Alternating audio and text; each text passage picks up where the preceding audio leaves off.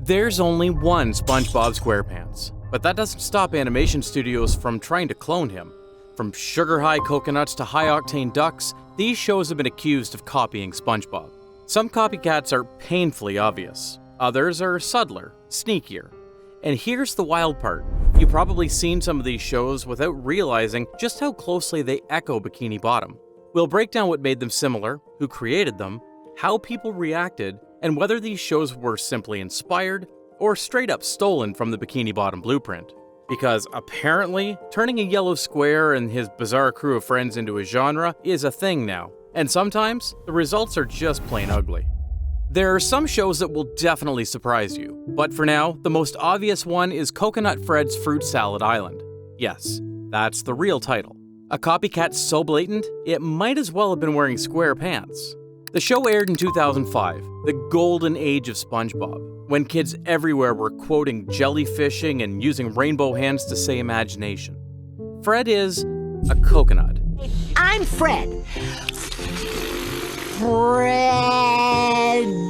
He lives on a tropical island surrounded by talking fruit. Tropical fruit, to be exact.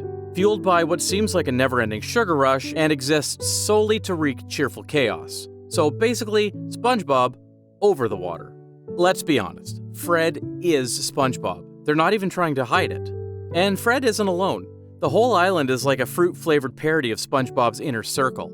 Fred's grumpy neighbor is a snail-slug hybrid who just wants peace and quiet. Sound familiar? He's the show's Squidward. But here's the thing, Squidward's bitterness works because we get it. He's stuck between a sponge and a starfish. Sluggo? He's just angry. No clarinet, no nuance, just constant yelling and unfunny tantrums. The Bungaberry? That's Patrick, split in two and somehow made even dumber. Meanwhile, Green Rind is the island's cranky authority figure, a watermelon who exists solely to be annoyed by Fred. He's the crab stand-in, minus the capitalism or catchphrases. But anywhere you look, there's always a resemblance to SpongeBob. Same slapstick humor, same musical strings, same surreal visual gags. The only difference? Everything's fruit-flavored now. Because originality. And here's the kicker. This wasn't some low-budget knockoff from a forgotten corner of TV. Coconut Fred was a full-on Warner Brothers production. Big studio, big budget, big banana energy. Word on the street is, this wasn't a quirky coincidence. It was intentional. Warner Brothers wanted their own SpongeBob show, so they took the recipe and substituted the ingredients with fruit. Even Coconut Fred's voice actor himself, Rob Paulson, admitted this fact in his podcast. But instead of creating a new formula, they Frankensteined a coconut with ADHD and hoped kids wouldn't notice. Spoiler alerts, kids noticed, critics noticed, and the internet definitely noticed. Coconut Fred got roasted for being a shallow, soulless SpongeBob clone. Reviews slammed it as annoying, try-hard, and lacking any real charm or wit. It was cancelled after just 13 episodes. In cartoon years, that's like dying before the theme song even loops. This wasn't just inspired by SpongeBob, it was SpongeBob's evil fruit-flavored twin, minus the clever writing, emotional heart, or world-building that made SpongeBob iconic. What happened with Coconut Fred isn't unique. When a cartoon hits massive success like Rugrats, Adventure Time, or Rick and Morty, you'll often see a wave of imitators. Studios chase formulas instead of ideas. They try to recreate a vibe rather than innovate a new one. But with Fred, the mimicry was so naked, so unashamed, that it became a case study in what not to do when crafting a successful animated series. Coconut Fred didn't ride SpongeBob's wave, it got completely wiped out by it. Hard. Even now, nearly 2 decades later, Coconut Fred is remembered not for its characters or stories, but for how hard it flopped trying to be something it wasn't. But what if the SpongeBob formula wasn't copied so blatantly? What if it was camouflaged, hidden behind glitter graphics, fishy high schoolers, and far too many awkward crushes? Fishhooks is one of those. On the surface, it doesn't look like a clone, but if you squint hard enough, you'll see the sponge DNA bubbling just beneath the tank. Fishhooks dropped in 2010, right in the middle of SpongeBob's teenage years. Which is fitting, really, because Fishhooks is all about teen fish. They live in a pet store aquarium, go to school, have crushes, cliques, and the existential horror of spending their whole life in a glass tank. At first glance, it screams budget Bikini Bottom, Underwater setting, hyperactive animation, characters bouncing around like they've chugged 6 Red Bulls and skipped all their therapy. Milo is essentially SpongeBob's chaotic cousin. Same relentless optimism, same over-the-top goober energy. B? She's the confident, capable bestie, a little bit Sandy, a little bit every Disney Channel girl boss. Oscar? Anxious, awkward, kind of a Patrick Squidward sandwich with extra social anxiety sauce on top. Over the years, fans have pointed out that certain episodes of Fishhooks feel a little too similar to SpongeBob episodes in terms of plot lines. The episode Milo's Magic Shake shares the same concept as SpongeBob's To Love a Patty. Both center around a character falling in love with a food item, keeping it close 24/7, later spiraling emotionally, and ending in disaster. But while SpongeBob feels handcrafted, Fishhooks feels like an internet fever dream. Characters are dropped onto photoreal backgrounds like a Tumblr collage with commitment issues. 1 minute it's neon sparkles, the next it's a close-up of a googly-eyed filter fish. It's not a direct clone, but it's definitely from the same recipe. Family-sized chaos with a side of absurdity. Fishhook was more of a Disney-style drama, just wetter and more pixelated. Episodes tackled themes like friendship, heartbreak, fitting in, and aquarium-specific crises like, what if I get bought by a child and removed from my friend group forever? Sounds kind of familiar. Anyway, it was existential dread in a fishbowl. Critics called it loud and messy, which is accurate, but apparently kids are loving it. Some even begged for it to make a comeback. It ran for 4 seasons. 4! Which means someone was tuning in long enough to memorize every fish's emotional backstory.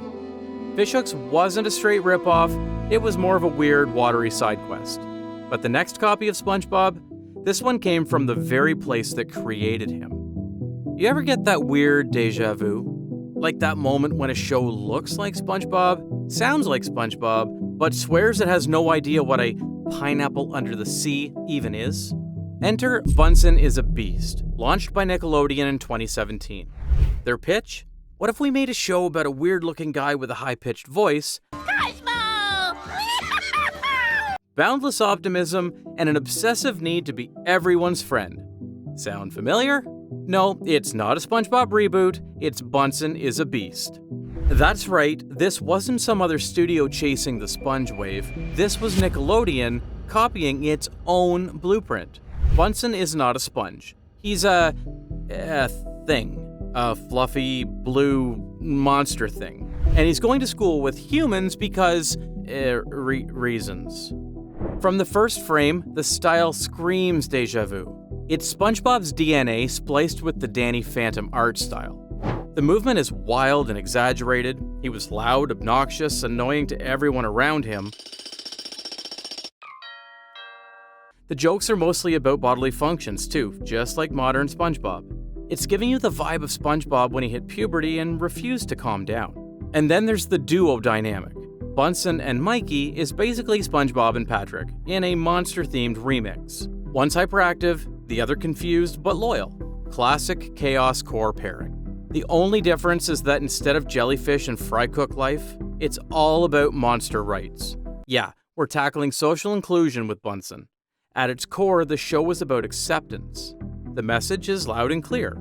Monsters deserve to be treated like everyone else. Only that message is often delivered through burp contests and eyeball juice. And here's the weirdest part. It wasn't some fluke. This came directly from the source. Same studio, same resource, even some of the same musical DNA. Composer Guy Moon, a Nickelodeon regular, built the show's wild audio landscape.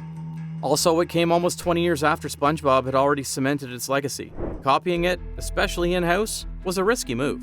Unfortunately, Bunson didn't catch on. Ratings flopped, kids weren't into it, adults didn't even know it existed.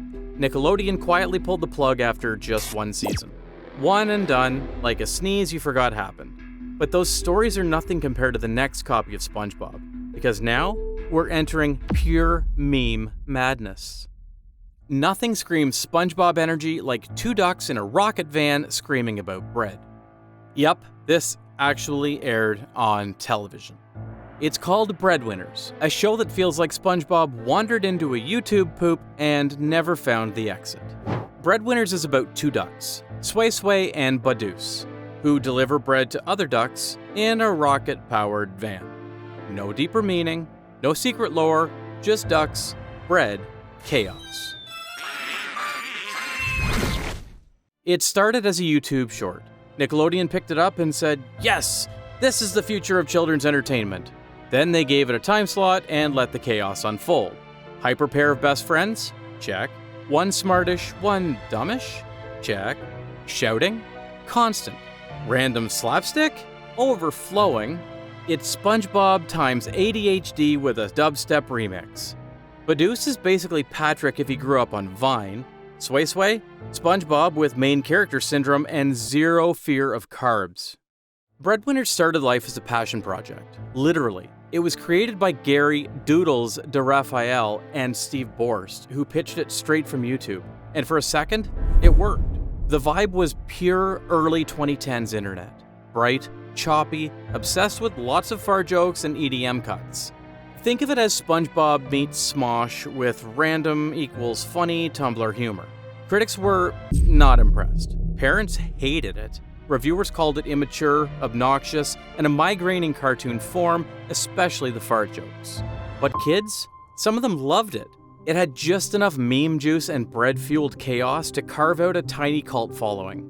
Still, by season 2, the novelty wore off. The van ran out of gas, and the show was quietly shelved like expired sourdough. But here's the thing. Unlike Coconut Fred or Fishhooks, this wasn't studio mimicry. This was pure internet brain. This was SpongeBob reimagined through the lens of shitpost culture. It wasn't a ripoff, it was a glitch in the SpongeBob Matrix. A neon-feathered fever dream that somehow got greenlit. As you can see now, other studios wanting to copy the success of SpongeBob aren't exactly rare things. But what happens when the studio that made SpongeBob decides to copy itself? Let's set the scene. It's 2021, SpongeBob has officially lived longer than most people's attention spans, and Nickelodeon still wants more. But instead of making something new, they're like, hey, what if we turned SpongeBob into a baby and gave Patrick a talk show for children? Welcome to the SpongeBob Expanded Universe, a franchise extension that literally no one asked for. Say hello to Camp Coral and The Patrick Star Show. Two spin-offs that somehow feel like knockoffs, despite being made by the same studio. Camp Coral feels like AI-generated SpongeBob, filtered through corporate synergy and a mountain of screaming quotas. Camp Coral puts SpongeBob as a child in a CGI wilderness camp, and the moment it swaps classic 2D animation for lifeless CGI, it kills everything the original nailed, especially the iconic squash and stretch physical comedy. Then there's The Patrick Star Show, which takes Patrick, everyone's favorite loyal idiot, and turns him into a chaotic late-night host in a surreal fever dream. It ditches character consistency, timeline logic, and any emotional grounding in favor of absurdist skits, nonsense pacing, and joke delivery so forced it feels like a Twitter meme account come to life. The energy is random equals funny, but without the structure SpongeBob always had behind its chaos. Patrick in the original show was dumb, but he was dumb with purpose. Now he's just dumb with airtime. But it's still SpongeBob. How could you call it a copy? Here's where it gets complicated. The real twist isn't just that these shows exist, it's who made them. Not Steven Hillenburg or the original creative team. These were assembled after Hillenburg's passing, developed by new hands, shaped in boardrooms, and crafted with corporate intent. And that matters. A lot. Because Hillenburg famously, publicly, and passionately opposed spin-offs. He didn't want a SpongeBob cinematic universe. He wanted SpongeBob to stand on his own. A weird, self-contained pineapple full of magic. So when these shows popped up on Paramount Plus, it didn't feel like a tribute. Some of it didn't even feel like SpongeBob. Also important, these weren't just shows, they were strategic IP plays designed to fuel subscriptions, boost watch hours, and squeeze every last drop out of the sponge. More content equals more eyeballs equals more cha-ching. Cha-ching, cha-ching, cha-ching. And what about the fans? Let's just say they did not hold back. Camp Coral got dragged for being lifeless. Critics were lukewarm at best, mostly meh. Meanwhile, Patrick Starr's show, despite getting hit for being confusing, unfunny, and way too weird, some people actually liked it, especially the second half of the season. In the end, these shows aren't just ripoffs, they're ghost echoes, shadows of the thing they were trying to honor. They don't expand SpongeBob's world, they stretch it thin, and in doing so, they dilute the very magic that made the original unforgettable. So, what's the deal here? Why are so many shows from indie creators to major studios, even Nickelodeon itself, trying to recreate SpongeBob, only to flop harder than a fish on land? Turns out, SpongeBob is deceptively easy to copy on the surface, but almost impossible to clone at the core. The formula looks easy: bright colors, dumb sidekick, slapstick chaos, and weird faces. Boom! Kids love it, right? Wrong. What makes SpongeBob work isn't just the gags, it's the soul. The wholesome chaos, the characters' chemistry, the weirdly sincere optimism buried under all the absurdity. SpongeBob isn't just random, he's purposefully random. It's chaos with a compass, and that's what everyone misses. You take SpongeBob out of Bikini Bottom and toss him into a bread van, a fish tank, a CGI summer camp, or a monster high school, and it crumbles. Because most copycats only replicate the recipe, not the ingredients. They crank the volume, but miss the heart. Trying to copy SpongeBob isn't just hard, it's nearly impossible. Every copycat we covered, they either chased the chaos without the core, or tried to clone the charm and ended up with glitchy weirdness. Coconut Fred straight up copying it and got toasted. Fishhook swam in the same lane, but stayed in its own tank. Bunson had the energy, but none of the depth. Breadwinners brought the memes, but not the meaning. And Camp Coral, it's like Spongehenge to SpongeBob. In the end, the truth is simple. There's only one SpongeBob SquarePants. So what do you think? Did any of these shows deserve a second chance? Or should they stay buried in the Bikini Bottom bootleg bin?